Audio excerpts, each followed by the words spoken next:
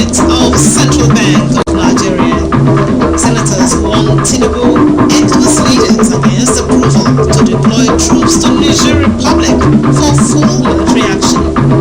Plus, management of NYSC debunks alleged deployment of corps members to Niger Republic by federal government.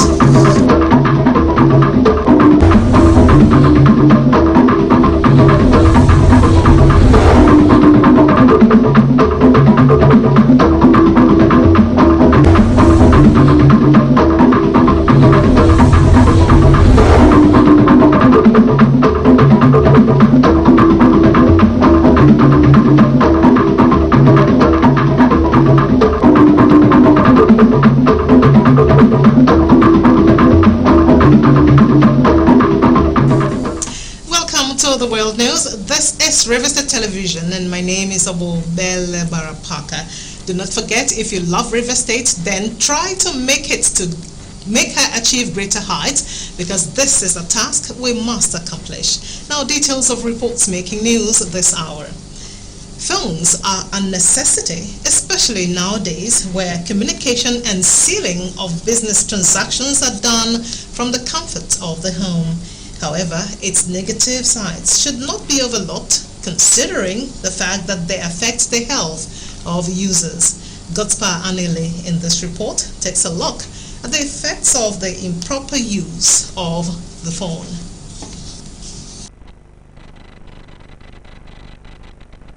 Mobile phones are long-range, portable and wireless electronic devices used for communication research and business, amongst other valuable transactions. For over 20 years now, mobile phones have replaced the obsolete NITEL communication operations thanks to the Olusegun Obasanjo administration. The benefits of using handsets are as myriad as their plagues. Godspower Anele interacted with the users of the mobile device who recounted its benefits.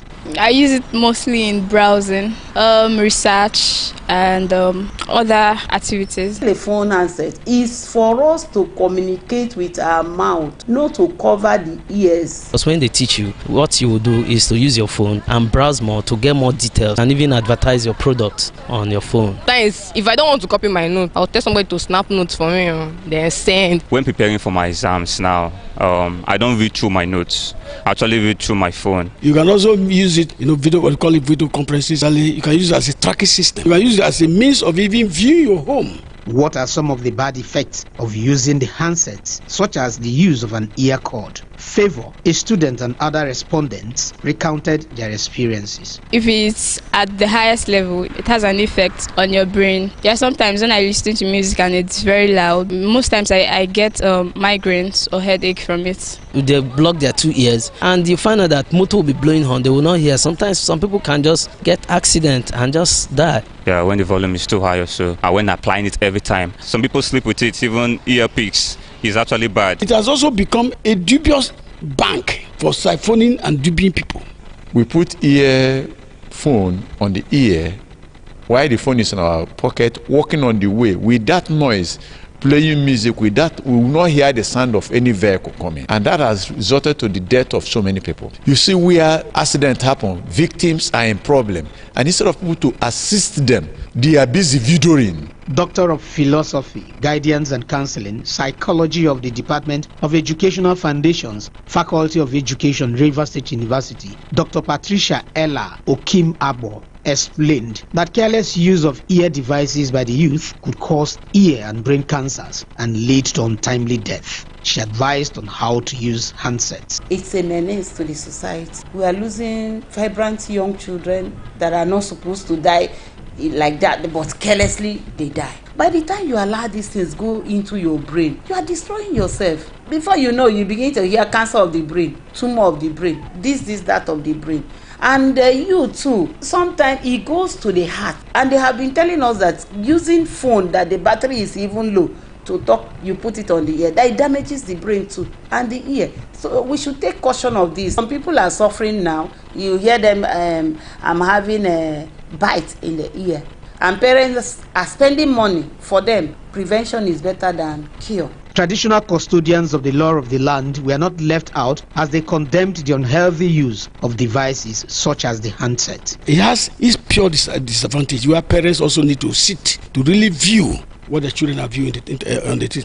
You know, sometimes we allow our children because of freedom of whatever thing, but at the same time we have to be very careful with phone. This handset is also very destructive. It has created a lot of problems, even in between wife and husband. A lot, because of I saw the man is looking so handsome, the baby is so handsome, and then you follow. The next you don't know you're going to a doom. So we have to be conscious and be careful when we are using phone. Government should be able to enact a law so that you don't be carrying phone, earphone is your ear, even they are blowing serious horn behind you don't know. These new innovations are creating more problems to us, and so I advise parents not to buy expensive handsets for their children.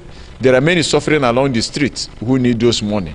The endless adverts on the proper use of handsets by skate makers all over social media platforms are sufficient to educate the populace on the proper use of such gadgets. But would they make it good? Remember, there are dire consequences.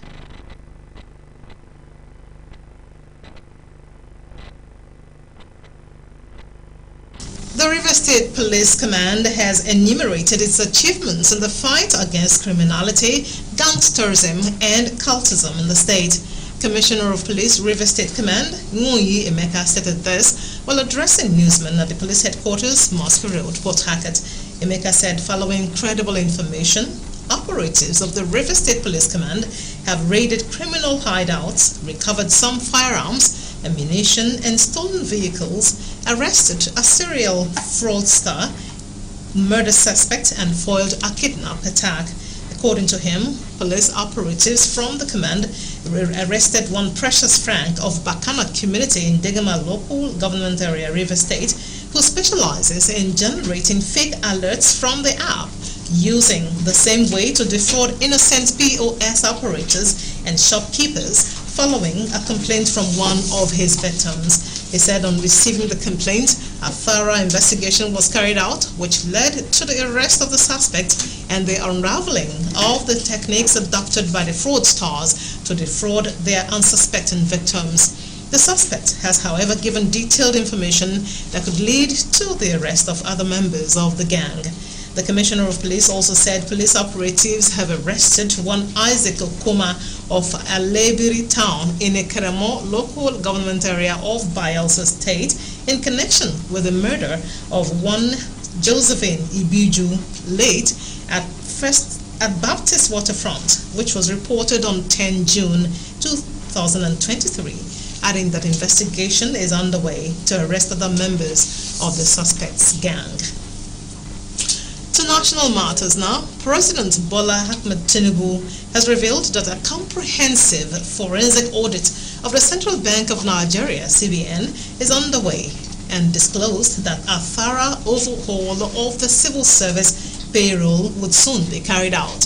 He made these disclosures while addressing an audience with the President of the World Bank, Ajay Banga, in attendance at the Presidential Villa, Abuja. President Tinubu highlighted Nigeria's resilience and intellectual prowess and implored the Bretton Woods institution to view the country as a significant player within the global community, not solely as a struggling economy. On poverty alleviation, the president called for increased support from the World Bank, expressing optimism for a productive collaboration between Nigeria and the World Bank that could lead to mutual benefits and sustainable progress. In a statement by Special Advisor to the President on Media and Publicity, Aljuri Ngelale, President Tinubu also shared insights into his administration's substantial reforms, including those aimed at consolidating improvement in Nigeria's oil industry, enhancing the ease of doing business, and prioritizing security to boost the country's revenue generation. President Tinubu requested the World Bank's support in addressing the challenges posed by the removal of cross-sectoral subsidies, particularly in lessening the impact on less privileged Nigerians. In his remarks, Ajay Banga commended President Tinubu for making efforts to address the economic challenges of the country. Now, the Senate has asked Chairman of the Economic Community of West African States, ECOWAS, President Bola Tinubu and other leaders of the region to tread with caution in addressing the political quagmire in Niger Republic following the sack of the democratically elected administration of Mohamed Bazoum. Rising from a closed-door session that lasted about 2 hours to discuss the letter written to the Senate on Friday by President Bola Tinubu on the decisions taken by the regional body, the Senate asked ECOWAS and its leaders to strengthen political and diplomatic options and other means with a view to resolving the political impasse in Niger Republic. The Senate, while condemning the Niger coup in its entirety, commended the chairman, President Tinubu, and other heads of state of the other states of ECOWAS for their prompt response and the positions taken on what it described as the unfortunate development in Niger. President Tinubu had on Friday written the Senate, intimating it on the proposed military action and other sanctions against the military officers who recently seized power in the Niger Republic by the Economic Community of West African States, ECOWAS. Meanwhile, on the request by President Tinubu for approval to deploy troops to Niger, the Northern Senators Forum has warned the President and leaders of the Economic Community of West African States, ECOWAS, not to contemplate using military force against the coup plotters in Niger until all diplomatic avenues are exhausted, while warning that such military intervention by ECOWAS will result in casualties among the innocent citizens. The Northern Senators Forum said that diplomatic option should be explored to tackle the problem of the coup in Niger Republic. Senator Suleiman Kawu, spokesperson for the forum, said this when he briefed newsmen in Abuja. He added that there would be serious implication for Nigeria if military force was considered without exhausting all diplomatic channels. The forum also warned the National Assembly against approving Tinubu's bid to send Nigeria's soldiers to enforce the ECOWAS resolution in Niger. On that, the management of the National Youth Service Corps, NYSC, has debunked reports alleging that corps members would be deployed to Niger Republic by the federal government of Nigeria to fight a war for the restoration of democracy in the troubled country. NYSC Director of Press and Public Relations, Eddie Megwa, who stated this in a press statement on Saturday, described the news as fake. He urged the public, especially corps members, prospective corps members and their parents, to disregard the report credited to sketch makers and content creators, which, he said, borders on criminality in its entirety. Again, President Bola Ahmed Tinubu has declared that despite the nation's current rate of energy supply, his administration is poised to address all the obstacles militating against stable electricity supply in the country. He said his administration will bring solutions to the multifarious challenges across the electricity power sector value chain, which will relieve long-standing problems of demand and improve supply, affirming that improved energy generation and distribution is an imperative for accelerated national growth. President Tinubu spoke at the groundbreaking ceremony of the new 350 megawatts Gwagwalada Independent Thermal Power Plant, Phase 1, where he urged the NNPCL and its partners to deliver the landmark project within the promised 3 years completion time. The president promised to harness the nation's gas resources, assuring that his administration will latch onto the Global Declaration of Gas as a transition fuel and the Petroleum Industry Act, PIA, to enhance investments in the oil and gas sector, fully harnessing the more than 200 trillion cubic feet of proven gas reserves, which are expected to deepen domestic gas utilization through improved power generation, establishment of gas-based industries, petrochemical firms, as well as liquefied and compressed natural gas. The president noted that the move would create millions of jobs for the teeming Nigerian populace and pledged his administration's commitments to addressing the power challenges and gas utilization with a clear focus on advancing the diversification of its energy mix. You're watching news coming at this hour from the studios of Riverside Television. Do you love and care about River State and her peace? Let's build and take her to greater heights. This is a task we must accomplish. Still on the news, floods rip through China, leaving 10 dead, 18 missing. And in sports, Spain sends Switzerland packing after tension-soaked outing, qualify for final in Women's World Cup. Interesting stories of these and others will be coming if you don't change the dial till we return with more. Stay with us.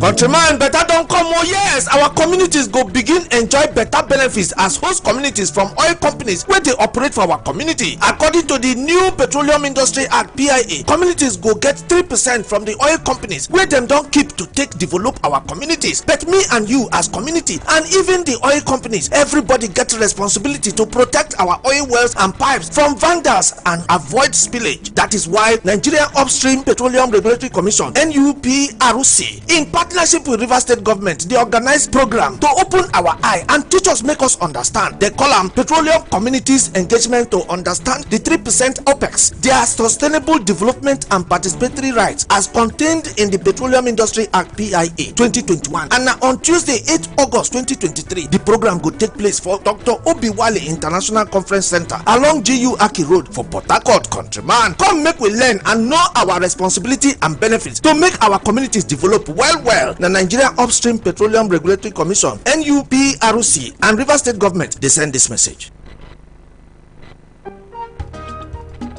I come from a people who believe. Her people with the will and the way. I come from a people united by passion, Determination to succeed and to succeed. We are a people who overcome all challenges. As a people, we create hope for the future. We are one people, united by a common bond, to create the rivers of our dreams. I believe in the security of our people. And I believe in the unity of our heritage. I believe in the oneness of our people. Together we are determined to succeed. Together we are River State. One people, one heritage, one goal. One rivers, one faith, one responsibility. This is my responsibility. This is my rivers. Our state, our responsibility. This is RSTV World News. We bring you world-class news, accurate, first-hand, entertaining, balanced analysis. Welcome to more reports. The Nigerian Communications Commission has issued a warning to traders and other stakeholders regarding non-approved telecom devices being imported into the Nigerian market from unapproved sources. Non-approved telecom equipment are known to compromise network service quality. Deputy Director, Consumer Affairs Bureau, Dr. Emilia Nwokoro, who spoke for the Executive Vice of the NCC, Professor Umar Dambata, at the 5th edition of Market Conversation, a telecom consumer outreach program of the NCC at the GSM Village in Abuja, said the event was part of the sensitization efforts of the Commission to address the issue. She informed them that the procedure for approval of telecom devices has been established by the Commission and all type-approved devices have been published on the NCC website for public and user reference for traders to take advantage and identify type-approved against non-type-approved phone devices. The chairman, GSM Village Markets, Abuja, MacDonald Adiogo, said the market union has a task force that monitors the type and standard of devices sold there, and the association has also put measures in place to deal with members that go against the rules. The certification of telecom devices used in the telecom sector is one of the NCC's objectives as contained in the Nigerian Communications Act 2003, the primary goal of which is the protection of the rights and interests of consumers. Now to foreign reports. Ex-Pakistan Prime Minister Imran Khan has called for nationwide protests after he was handed a 3-year jail sentence over corruption allegations. Khan was found guilty of not declaring money earned from selling gifts he received in office. He denies the charges and says he will appeal. After the verdict, he was taken into custody from his home in Lahore. In a pre-recorded statement posted after the verdict, he urged supporters to fight against the ruling. The former cricketer turned politician, who is 70 years, was elected in 2018 but was ousted in a non-confidence vote last year after falling out with Pakistan's powerful military. Khan is facing more than 100 cases brought against him since his removal. Charges, he says, are politically motivated. Saturday's verdict centered on charges that he incorrectly declared details of presents from foreign dignitaries and proceeds from their alleged sale. The gifts, reported to be more than 140 million Pakistani rupees, that's about $635,000, included Rolex watches, a ring, and a pair of cufflinks. From China, we got the story that at least 10 people have died and 18 are missing after torrential rains battered Hebei province in northern China. Officials evacuated more than half of its 11.5 million people by noon on Saturday from areas thought to be at risk of landslides and floods. Storm Doksuri, which hit mainland China last week, has brought the worst rains in 140 years. China's weather agency issued a red alert to warn people about the geological risks. Hebei province, neighboring Beijing, is said to be one of the worst affected areas. Cleanup operations are underway after the floods engulfed residential homes, destroyed infrastructure, and submerged entire districts. Aerial video footage of Hebei province shot by AFP showed entire shopping streets transformed into rivers of brown water, with farmland and the surrounding areas completely submerged. Rescuers were seen using boats to transport instant noodles, bread, and drinking water to residents who could not access basic supplies and feared leaving their homes. In July alone, China's Ministry of Emergency Management said it recorded 142 people dead or missing because of the extreme weather. Doksuri made landfall in China's southeast Fujian province on Friday, triggering landslides and floods before moving north towards the capital. Hundreds of thousands of Fujian residents were evacuated. Doksuri, which came a week after Typhoon Talim, also led to mass closures of schools and workplaces across the province. Scouts from the United States and the United Kingdom are leaving the site of an international scouting jamboree in South Korea after hundreds of participants fell ill due to extreme heat.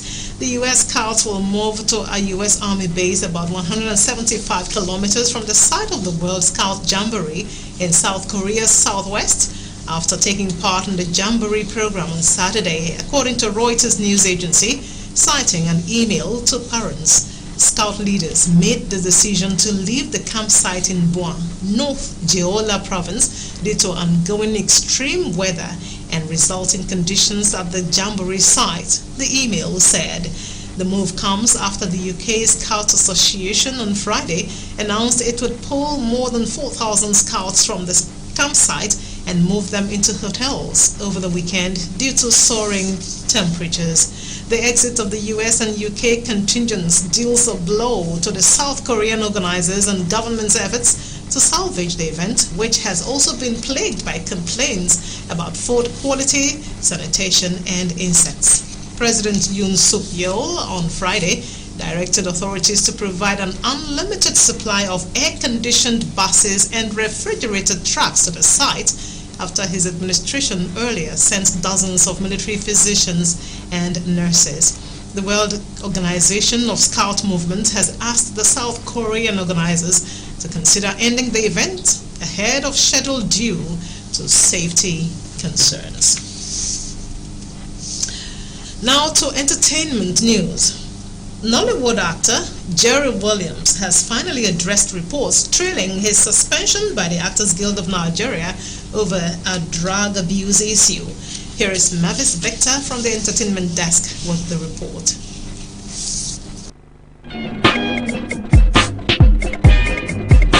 In June, the Actors Guild of Nigeria, AGN, in a statement confirmed the indefinite suspension of Jerry Williams over alleged drug usage. Addressing the issue during an Instagram live session, the film star refuted claims and tagged the narrative as hungry gossips. So let them keep talking. I just say let me put an end to this plenty, hungry gossip and the rest of them. He also revealed in another video that his suspension has been lifted and will be resuming work soon. Guys, I want to let you know officially my suspension has been lifted and I'm going back to work. Sound, healthy. Veteran Nollywood actor Pete Edochie has expressed shock as most actresses in Nigeria have left their husbands. He spoke about the rate of failed marriages in Nollywood in an interview, making reference to Chioma Akpota, Ireti Doyle, and Tonto Dike's failed marriages. Most of our girls who got married some 2-3 years ago have all left their husbands. They've been shocked to hear that Chioma Akpota had also left their, Ireti Doyle and,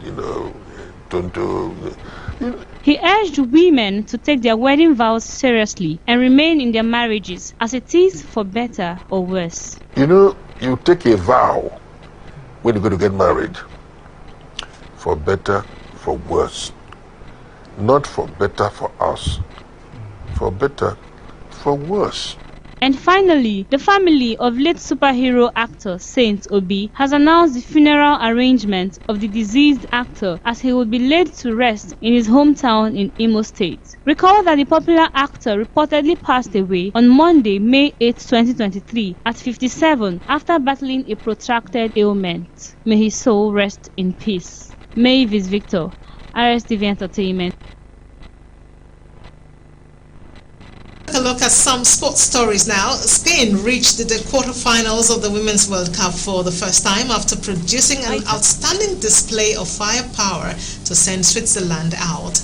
La Roja were beaten 4-0 in their final group game by Japan 5 days earlier in Wellington, but bounced back in style to score 4 times during a dominant first half, showing in front of over 43,000, a record crowd for a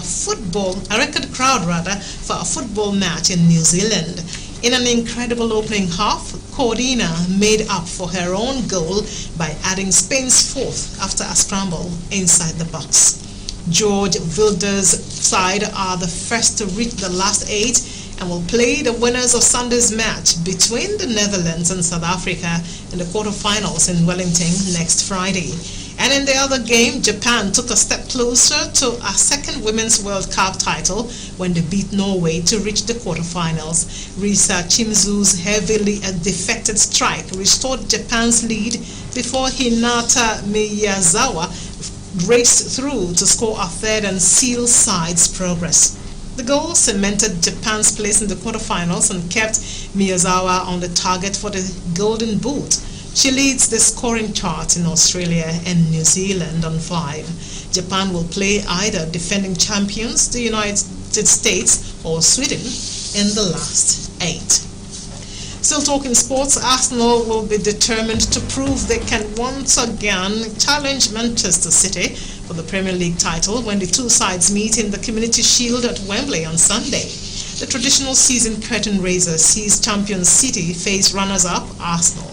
Usually the Community Shield features the winners of the Premier League and the FA Cup, but Pep Guardiola's side won both last season as well as the Champions League. So let's watch out for this match tomorrow. And on that, we wrap it up on tonight's edition of the news. Do you love and care about River State and her peace? Let's build and take her to greater heights. This is the task we must accomplish. To end the news now, another look at some of the major reports. President Bola Ahmed Tinubu has hinted of a comprehensive forensic audit of the Central Bank of Nigeria as well as the complete overhaul of the civil service payroll. Senators in Nigeria have warned President Tinubu and ECOWAS leaders against the approval to deploy troops to Niger Republic for full military action, saying innocent civilians could be hurt in the long run. We had also reported earlier that management of the NYSC has debunked alleged deployment of corps members to Niger Republic by the federal government, calling the news fake and telling parents to jettison the news. That's it from the news desk for tonight. Thanks for being a part of it. Good night.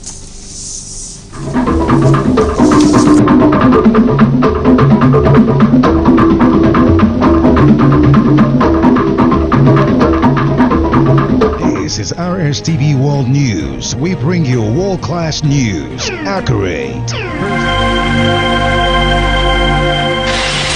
The Tide newspaper, the authoritative voice of the Niger Delta.